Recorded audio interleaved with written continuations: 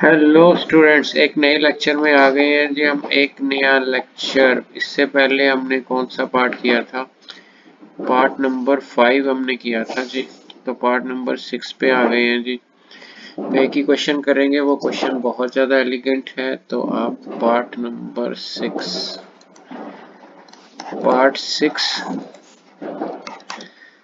ठीक है जी। और जो मैं क्वेश्चन आपको करवा रहा हूँ, अगर आपने ये 20 क्वेश्चन प्रिपेयर कर लिए, ठीक है जी, 20 क्वेश्चन अगर तुम प्रिपेयर कर ले, इस तो इलावा ਤੁਹਾਨੂੰ ਕੋਈ क्वेश्चन नहीं पेपर च मिलना, या सेम क्वेश्चन मिलणगे या सेम क्वेश्चन की टाइप मिलेगी। ठीक है जी। सो हौसले ना लगे रहो जी। बहुत छोटा वीडियो जाना, एक क्वेश्चन सॉल्व करना है ਤੁਹਾਡੇ को। ठीक है जी। Find the condition that slope of one of the lines is represented by this is the square of other. Slope of the one of the lines. So ਇਹ ਲਾਈਨਸ ਕਿਦਾਂ ਦੀ ਰਿਪਰੈਜ਼ੈਂਟ ਕਰਦਾ ਜੀ? y m1x। दूसरी line की ਹੁੰਦੀ है y m2x। और वो कहना slope one of the line is square of other. ठीक है, one of the line. Find the condition that slope of one of the lines represented by this is the square of other. It means जो m1 है वो m2 ਦੇ square ਦੇ बराबर है। ठीक है जी। ए वाली ऑप्शन है, ਇਹਦਾ मतलब ਤੁਹਾਡੇ ਕੋਲ ਕੀ ਹੈਗਾ ਹੈ? ਠੀਕ ਹੈ, ਇੱਕ ਲਾਈਨ ਦਾ ਸਕੁਅਰ ਹੈਗਾ ਤੁਹਾਡੇ ਕੋਲ ਦੂਸਰੀ ਦੇ ਬਰਾਬਰ। इट मीन्स ਆਪਾਂ ਇਸ ਦੀ ਜਗ੍ਹਾ ਤੇ ਸਕੁਅਰ ਲੈ ਸਕਦੇ ਹਾਂ। ਯੈਸ, ਤੁਸੀਂ ਐਸੇ ਵੀ ਕਰ ਸਕਦੇ ਹੋ, m2 = m1 square, no problem, कोई प्रॉब्लम नहीं है ਤੁਹਾਡੇ ਕੋਲ। सो ਇਹ वाली कंडीशंस ने ਤੁਹਾਡੇ ਕੋਲ, जिस कंडीशन ਤੁਸੀਂ सॉल्व करना है। तो ਆਪਾਂ लाइंस बहुत सौखियां ले लेने हैं। लेट लाइंस, ये ਤੁਹਾਨੂੰ सिर्फ समझाया है जी, मैंने आपको समझाया है, बट आप इजी वे लिख लो।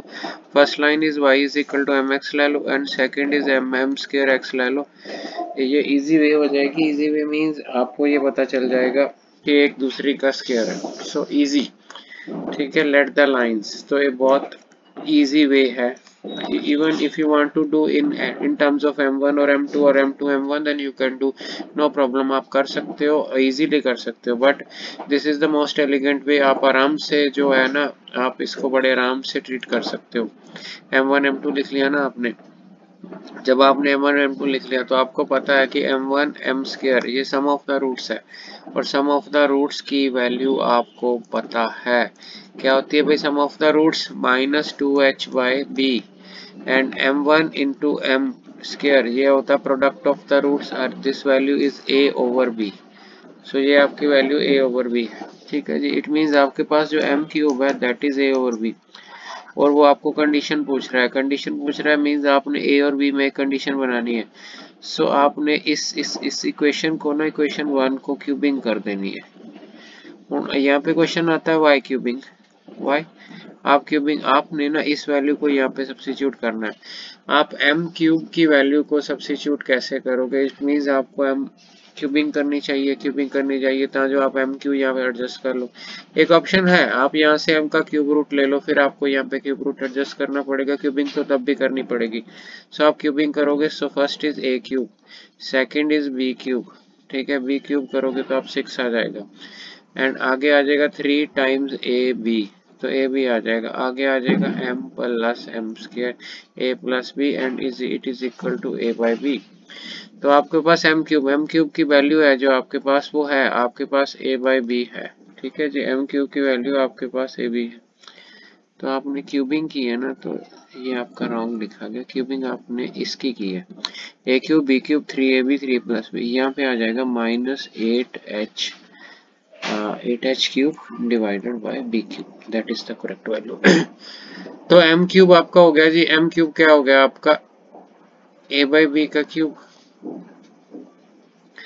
ठीक है जी। उसके बाद m6। ठीक है जी। तो m6 आपका क्या हुआ? a/b उसकी पावर 6 डाल दो, 3 m³ उसकी वैल्यू a/b डाल दो, m + m उसकी वैल्यू -2h/b डाल दो। साइड पे 8h³ b³ आपके पास है। ठीक है जी। सो अगर आप इस वैल्यू को एक्सपेंड कर दोगे तो आपके पास कंडीशन बड़े आराम से आ जाएगी। ठीक है जी। एक्सपेंड कैसे करना है? एक मिनट रुक जाओ, आप कलर चेंज कर देते हैं। हाँ जी। तो आपके पास क्या आया? ठीक है, यहाँ पे a³ की वैल्यू है ना, यहाँ पे क्यूब नहीं आएगा। ठीक है जी। तो यहाँ पे गलती हो गई भाई, एक मिनट।